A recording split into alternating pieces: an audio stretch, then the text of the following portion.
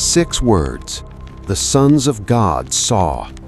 That's the sentence. Genesis chapter 6, verse 2. Buried in 3 short verses most people read past without stopping.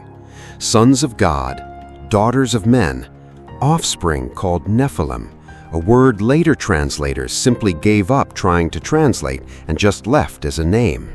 One ancient book tried to explain exactly who these sons of God were and what they actually did.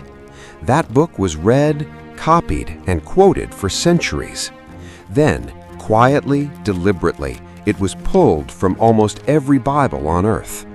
We'll get to why and what it said before it disappeared. Start with what Genesis actually gives you, because it's less than you'd think. Genesis 6, verses 1 through 4. Humanity is multiplying, and then this. The sons of God saw that the daughters of humans were beautiful, and they married any of them they chose. No names, no explanation of who these sons of God are. Then verse 4. The Nephilim were on the earth in those days, and also afterward, when the sons of God went to the daughters of humans and had children with them.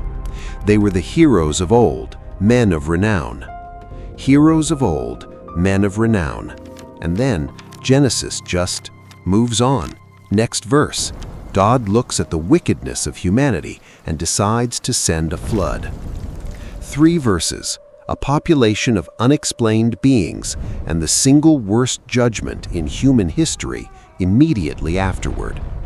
Ancient readers didn't think that timing was a coincidence. Picture a scribe centuries before Christ copying a scroll by lamplight in a cave near the Dead Sea. The scroll isn't Genesis, it's a separate book attributed to Enoch, the man Genesis says walked with God and was taken before he ever died.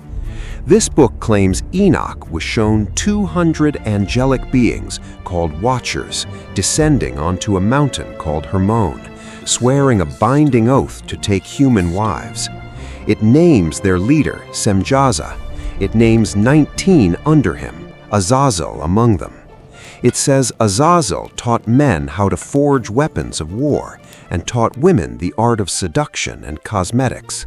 That the Watchers passed down forbidden knowledge, astrology, sorcery, the cutting of roots, and that the Nephilim born from these unions grew into giants who consumed everything around them, then turned on humanity itself. This wasn't fan fiction. To the people copying it, this was scripture. And here's what makes that genuinely strange. The Book of Enoch isn't some obscure text nobody in the Bible took seriously. Jude, a New Testament book written by Jesus' own half-brother, quotes it directly. Jude verses 14 and 15 quote Enoch by name, prophesying the Lord's return with thousands upon thousands of his holy ones. That's a direct quotation of the Book of Enoch, sitting in your New Testament right now. Here's the turn. Early church fathers, Tertullian, Irenaeus, Justin Martyr, treated Enoch's account of the Watchers as history, not myth.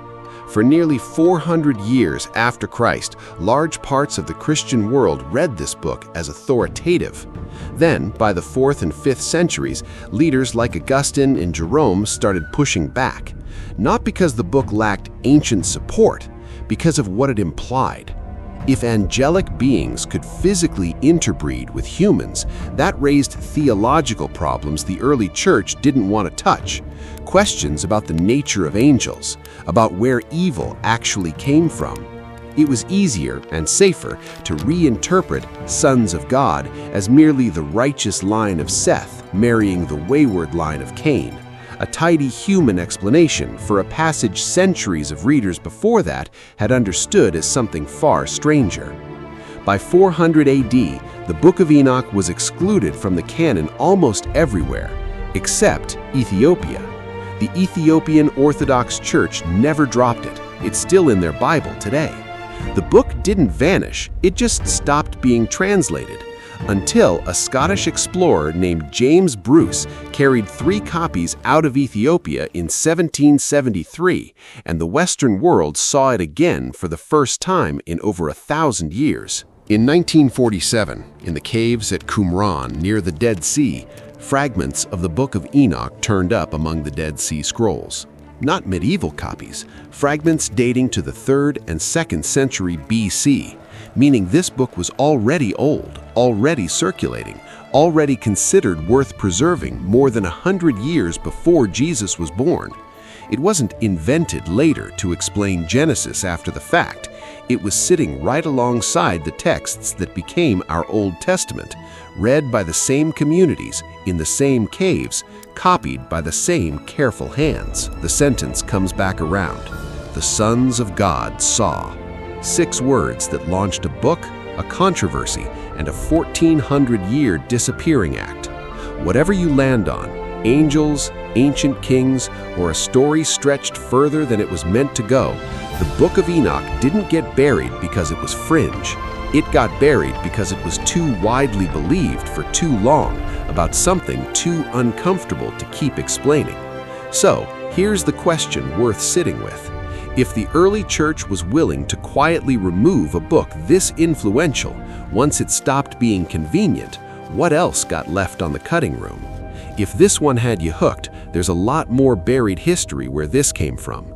Hit subscribe and tell me in the comments, do you think the Book of Enoch belongs in the Bible?